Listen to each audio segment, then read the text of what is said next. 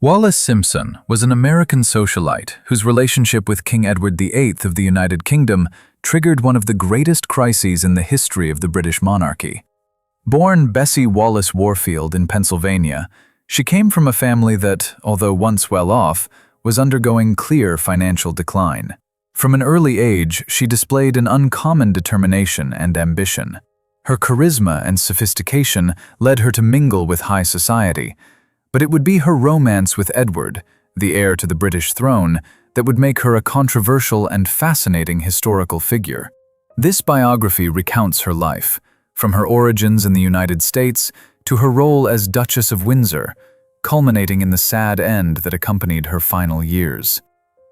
Before continuing with this fascinating biography, we invite you to subscribe to the channel and activate the notification bell so you do not miss any of our videos. Without further ado, let us begin. Wallis was born on the 19th of June, 1896, in Blue Ridge Summit, a summer resort on the border between Maryland and Pennsylvania. The only child of Teakle Wallis Warfield and Alice Montague, she lost her father to tuberculosis when she was only a few months old, leaving her and her mother in a precarious financial situation. Mother and daughter depended on the support of her paternal uncle, Solomon Warfield, a wealthy banker from Baltimore, with whom they lived during part of Wallis's childhood. Thanks to the family's help, she received an excellent education. She attended the elite Oldfields School in Maryland, where she stood out for her intelligence and discipline. She was brilliant, brighter than all of us. She made up her mind to go to the top of the class, and she did, a schoolmate later recalled.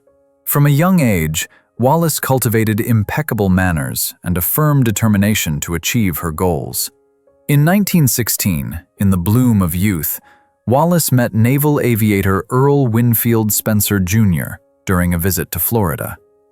After a brief courtship, the couple married on the 8th of November 1916 in Baltimore.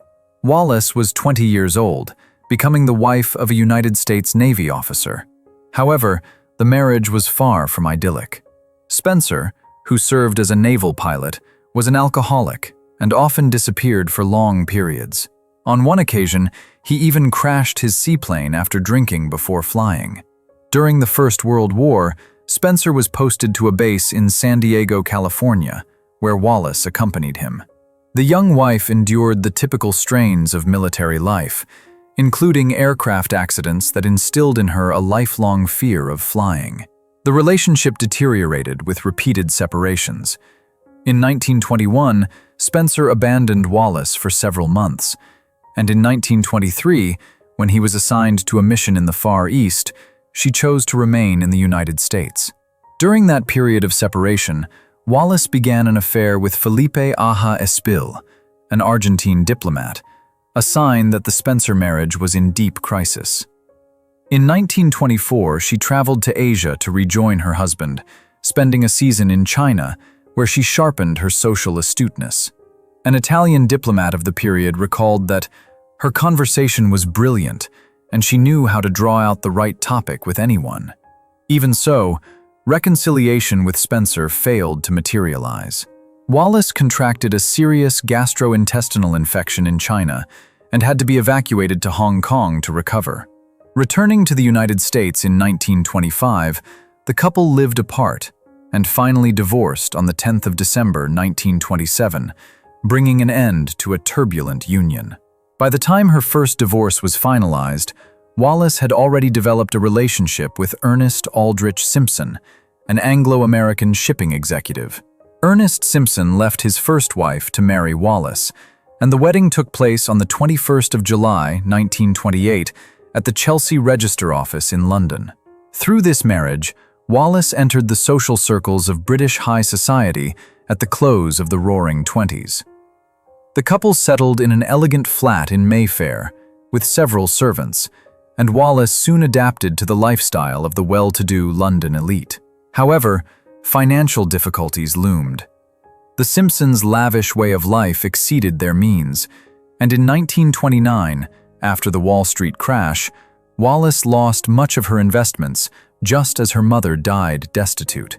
Despite these setbacks, Wallis continued to move in exclusive circles and cultivated influential friendships. It was in this milieu that her destiny took a historic turn. Through a friend, Consuelo Thaw, Wallis met Thelma Furness, Viscountess Furness, who at the time was the current mistress of the Prince of Wales, Edward, heir to the British throne. Lady Furness introduced Wallis and Prince Edward on the 10th of January 1931 during a social reception. In the years that followed, Wallis Simpson began to attend events where she frequently encountered the prince. Between 1931 and 1934, the Simpsons were regular guests at elite parties. With her sophistication and lively conversation, Wallis caught Edward's attention, although at the time nothing suggested the scandal that was to come. By 1934, however, the friendship had turned into intimacy. With Lady Furness absent on a trip, Wallis became the prince's new mistress towards the end of 1933. The heir to the throne, aged 39, fell deeply in love with the divorced American woman. Edward found Wallis's strong and irreverent personality fascinating, as well as her manner of speaking to him without deference despite his rank. His official biographer would later admit that the prince became servilely dependent on Wallis, to the point that he began to prioritize her company over his royal duties. Edward showered Wallis with luxurious gifts and jewelry, and in 1935 took her on private trips across Europe, scandalizing courtiers. Wallis's influence over the prince grew steadily, and displaced not only Lady Furness, but also former confidants such as Freda Dudley Ward. Meanwhile, Wallis's husband, Ernest Simpson, faced the situation with tacit resignation as his own financial problems worsened. By 1934, the romance between Wallis and Edward was an open secret in certain circles, although the British press still suppressed it out of deference to the crown. On the 20th of January, 1936, King George V, Edward's father, died, and the Prince of Wales ascended the throne as King Edward VIII. At that time, Wallis was still married to Ernest Simpson, but this did not prevent the new monarch from breaking protocol from the very first day. The morning after his father's death, Edward VIII appeared greeting the accession council from a window of St. James's Palace, with Wallis Simpson at his side, an unprecedented public gesture, for she was not only a foreign commoner, but still had a living husband. This challenge to convention alarmed the court and the government. It soon became evident that the king intended to marry Wallis as soon as she was free. In private, Edward had already told his inner circle of his firm intention to take her as his wife once her divorce was finalized. The prospect of Wallis Simpson becoming queen consort unleashed a political and religious storm. The British monarch is also supreme governor of the Church of England, which at that time forbade marriage to a divorced person whose former spouse was still alive. Wallis, divorced twice, both her ex-husbands still living, was deemed socially and politically unacceptable as a royal consort by the government and by the dominions of the British Empire. There was no civil law preventing the king from marrying her, but there was a constitutional and moral barrier. Doing so would have created an irreconcilable conflict between the sovereign's duty and his personal desires. The authorities, led by Prime Minister Stanley Baldwin, made it clear that they would not approve the union. In traditional British society, Wallis was viewed as an intriguer, a woman perceived by some as possessing an unlimited ambition, and motivated by interest in the king's wealth and position. The king's own mother, Queen Mary, and his sister-in-law, the Duchess of York, the future Queen Mother, were horrified by the situation. By mid-1936, Wallis took the initiative to free herself from her second marriage. On 27 October 1936, she obtained a provisional decree of divorce against Ernest Simpson in London, alleging his adultery with a childhood friend of hers. But that autumn, the romance with the king moved from rumor to open scandal when foreign newspapers began reporting it widely, finally forcing the British press to break its silence. At the beginning of December 1936, with her name on everyone's lips, Wallis decided to remove herself from the eye of the storm. She fled England and sought refuge at Villa Louviers, the home of her friends Herman and Catherine Rogers in Cannes on the French Riviera. There, she was virtually besieged by journalists for months. From London, a desperate solution was sought. Edward VIII consulted Prime Minister Baldwin about the possibility of a morganatic marriage. That is, marrying Wallis without her being crowned queen, but this proposal was categorically rejected by the British cabinet and by the governments of the Commonwealth. Baldwin warned the king that if he insisted on marrying against his advice, the entire government would resign, triggering a constitutional crisis of enormous magnitude. Meanwhile, in France, Edward's associates pressed Wallis to renounce the relationship for the good of the realm. On the 7th of December 1936, Lord Peregrine Brownlow, acting on the king's behalf, even drafted a statement for the press in which Wallis expressed her decision to give up the monarch's love and withdraw from the scene. In fact, Wallis was prepared to sacrifice her personal happiness to avoid Edward's downfall, for she understood the grave consequences of the situation. But the king did not yield. Edward VIII made it clear that he would not abandon his intention to marry Wallis, even if it meant relinquishing the throne. "You will do nothing of the sort. I will not tolerate it. With or without the throne, I am going to marry you," the monarch told her firmly when she, distressed, offered to step aside. Faced with Edward's unshakable determination, Wallis had no choice but to watch from afar the outcome she and many others feared. On 10th December 1936, at Windsor Castle, Edward VIII signed the instrument of abdication in the presence of his three brothers. The following day, the 11th of December, he officially ceased to be king after parliamentary approval of the document. That night, Edward addressed the nation by radio to explain his decision in a historic broadcast. In it, he uttered words that would remain etched in the collective memory. "You can believe me when I say that I have found it impossible to carry the heavy burden of responsibility and to discharge my duties as king without the help and support of the woman I love." With this phrase, the former monarch publicly acknowledged that nothing could part him from Wallis Simpson.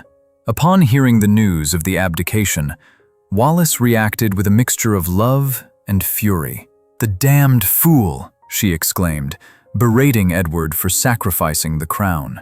For although she loved him, she had never wished to bear the blame for precipitating the abdication. With the crisis concluded, the throne passed to Edward's younger brother, the Duke of York, who was crowned as George VI, father of the future Elizabeth II.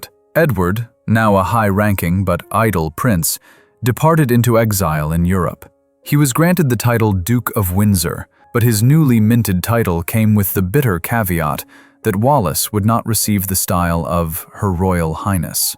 This detail, decided by the new king and supported by the family and the government, wounded Edward deeply, and especially Wallis, who felt publicly slighted. By order of George VI, the Duchess of Windsor, the title Wallis acquired upon her marriage, would never be accepted into the royal circle, nor invited to official events, deliberately keeping her on the margins of the family. Queen Elizabeth, the Queen Mother, never forgave Wallis. Years later, she would admit privately that the two people who had caused her the most trouble in life were Wallis Simpson and Hitler.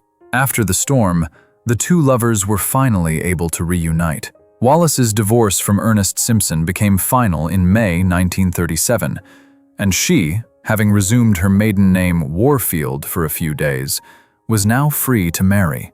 On the 3rd of June 1937, at the Château de Condé, France, Wallis married Edward, Duke of Windsor. The ceremony, simple and intimate, was marked by the total absence of members of the British royal family. None attended, underscoring official repudiation. Wallis appeared exquisitely elegant in a pale blue gown designed by Mainbochet, while Edward, although never crowned, yet still a prince of the blood, finally had at his side the woman for whom he had risked so much. The date chosen for the wedding coincided inadvertently with what would have been the 72nd birthday of the late George V, a fact Queen Mary considered a deliberate affront to the memory of the former king. After the wedding, The newlyweds settled first in France, living between luxury hotels and mansions lent by wealthy friends. Their social life was active. They hosted dinners, attended parties, and traveled frequently, becoming celebrities within the international set of the era. With no official responsibilities, their daily life unfolded between leisure and frivolity, something the satirical press quickly pointed out. In October 1937, the Duke and Duchess of Windsor made a much-publicized visit to Nazi Germany, where they were received with honors. During that trip, they even met Chancellor Adolf Hitler, who, according to reports, remarked that Wallis would have made a good queen. The photograph of the couple beside the Nazi leader caused astonishment in Britain. For only a few months after the abdication, the exiles appeared to be flirting with the regime rising in Europe. This gesture only fueled the suspicions already circulating within the British government that the Duchess might sympathize with the Nazis, or even act as their agent. Wallis always ridiculed such accusations in her letters to Edward, but declassified files released decades later revealed that both the United Kingdom's Security Service and the United States FBI compiled reports on alleged links between the Windsors and figures within Nazism. More outlandish rumors suggested, for example, that Wallis had been the lover of Nazi minister Joachim von Ribbentrop and kept a signed photograph of him on her bedside table, or that she passed confidential information to Germany during the war. Although none of these claims were ever proven, such gossip further damaged the Duchess's already battered reputation on British soil. When the Second World War broke out in September 1939, the Windsors were still living in France. Edward offered his military services to Britain and was appointed liaison officer on a mission in French territory. Wallis remained by his side during the first months of the war in Europe. However, new controversies arose. It was said that the Duchess remained in contact with pro-fascist acquaintances, and that, naively or imprudently, she divulged strategic information that Edward received in his post. When, in May 1940, the German Blitzkrieg swept through France and bombed British cities, Wallis made a remark that would mark her forever in the eyes of the British public. To an American journalist, she confessed coldly, "I cannot say I feel sorry for them." This comment, interpreted as a near-treacherous lack of empathy, outraged the British people and Winston Churchill's government. As Hitler's troops advanced through France, the Windsors fled Paris southwards, first to Biarritz, and then crossed into Francoist Spain in June 1940. From Madrid, Wallis opined to the United States ambassador that France's collapse was due to the country being sick internally. In July 1940, the couple moved to Lisbon, Portugal, staying in the home of a Portuguese banker suspected of German connections. The situation became uncomfortable for London. With the risk that the Windsors might be used by the Nazis for propaganda purposes, there was even a German plan to possibly reinstall Edward on the throne if they invaded Britain, Churchill decided to remove them from Europe. In August 1940, a British warship transported the Duke and Duchess of Windsor to the Bahamas in the Caribbean, where Edward was appointed colonial governor. For 5 years, Wallis carried out the role of colonial First Lady in Nassau, attempting to adjust to a life very different from European opulence. She organized local charity work and accompanied the Duke at official events, dutifully fulfilling her obligations. But in private, Wallis detested that tropical exile. She described the Bahamas as our St. Helena, in allusion to the remote island where Napoleon spent his final days. "I hate this place," she wrote in letters to her aunt, complaining about the climate and the local society. Her frequent shopping trips to the United States during the war, while Britons were enduring rationing and blackouts, earned her criticism for frivolity. Moreover, her condescending attitudes and racist remarks towards the island's population, whom she described in her correspondence as lazy and prosperous blacks, reflected the prejudices of her southern upbringing and deepened her unpopularity in the colony. Prime Minister Churchill even intervened personally to veto some activities of the Duke and Duchess. He forbade them from accepting the invitation of a Swedish magnate suspected of Nazi sympathies for a cruise, and had to reprimand Edward when he gave an interview with a defeatist tone about the war. For the British authorities, distrust towards Wallis was permanent. Sir Alexander Harding, private secretary to George VI, even wrote that the Duchess's attitudes were driven by a desire for revenge against a country that had rejected her as queen. Only with the Allied victory in 1945 did this chapter end. In March of that year, Edward resigned his post, and the couple left Nassau without any ceremony. The war was ending, and with it, their Caribbean exile. With the end of the Second World War, the Duke and Duchess of Windsor returned to France, and never again resided in England. They settled in a mansion on the outskirts of Paris, in the Bois de Boulogne, thanks to a special concession from the French government. There, they rebuilt a comfortable existence, but one lacking a clear purpose. They traveled frequently to New York and other capitals, were guests of honor at parties and events, and their public profile continued to inspire both curiosity and controversy in equal measure. In 1951, Edward published his memoirs, A King's Story, attempting to offer his version of events. Wallis, for her part, published in 1956 her autobiography, titled The Heart Has Its Reasons, in which she recounted episodes from her life and her great romance with Edward. Although the book sought to justify herself to the world, many felt it contained more silences than revelations. Even so, the very title, The Heart Has Its Reasons, became emblematic when referring to the story of a king who abdicated for love. As the years passed, a tentative thaw occurred in relations between the Windsors and the British royal family. In 1952, when King George VI died, Edward returned briefly to London for his brother's funeral. Wallis, resentful, refused to accompany him. Before that journey, she told Edward bitterly, "I hate this country. I shall go on hating it until the grave," making clear that she would never forgive England for her ostracism. Some biographers have suggested that Queen Elizabeth, Edward's sister-in-law, harbored resentment towards Wallis for the role she had played in George VI's accession, which she may have viewed as a contributing factor in his early death, and for behaving prematurely as Edward's consort when she was merely his mistress. These claims were denied by close friends of Queen Elizabeth. For example, the Duke of Grafton wrote that she never said anything unpleasant about the Duchess of Windsor, except that she really had no idea what she was dealing with.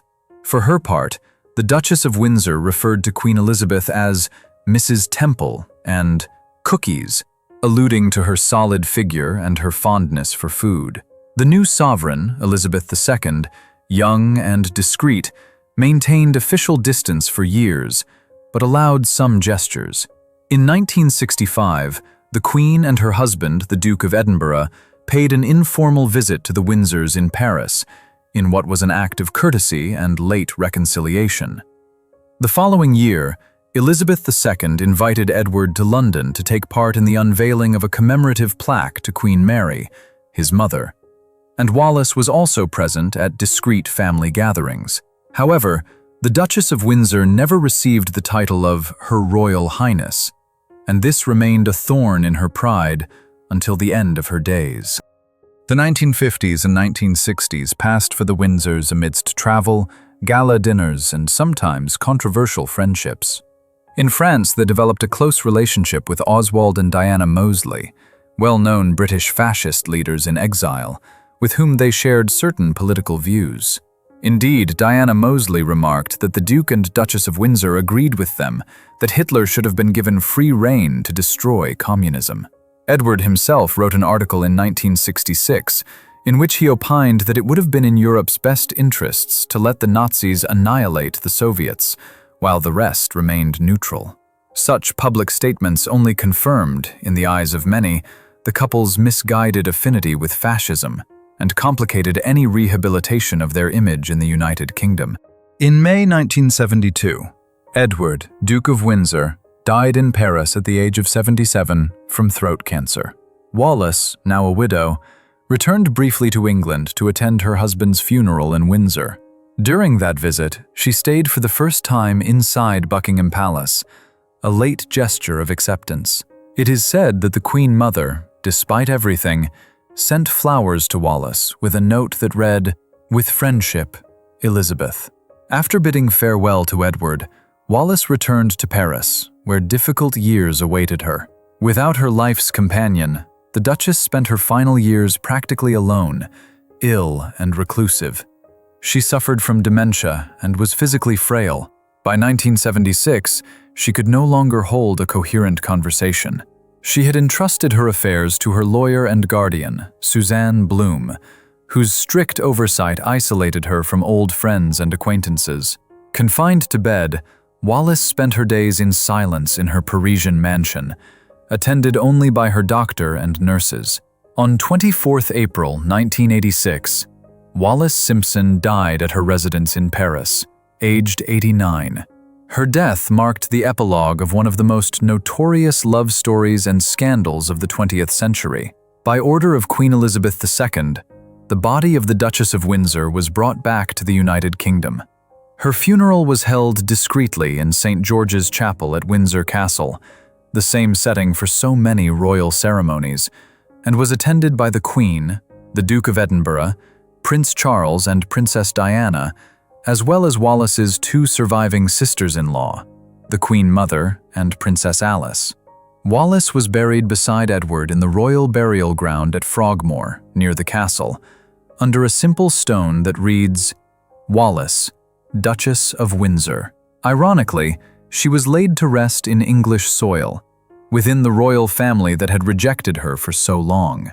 Much of her estate, including her fabulous collection of jewelry, was left to charitable institutions and auctioned for medical research, surprising those who had known her, for in life she had shown little interest in charitable work. Thank you for staying with us until the end of the video. We hope you enjoyed it. If you have anything to add, please share it with us in the comments section. Give us a like and share this link with all your friends and family so that more people may learn about the story of Wallis, Duchess of Windsor. Thank you for following us, and if you are not yet subscribed, we invite you to do so and activate the notification bell, as we constantly upload historical content that will be of interest to you. We'll see you in the next video.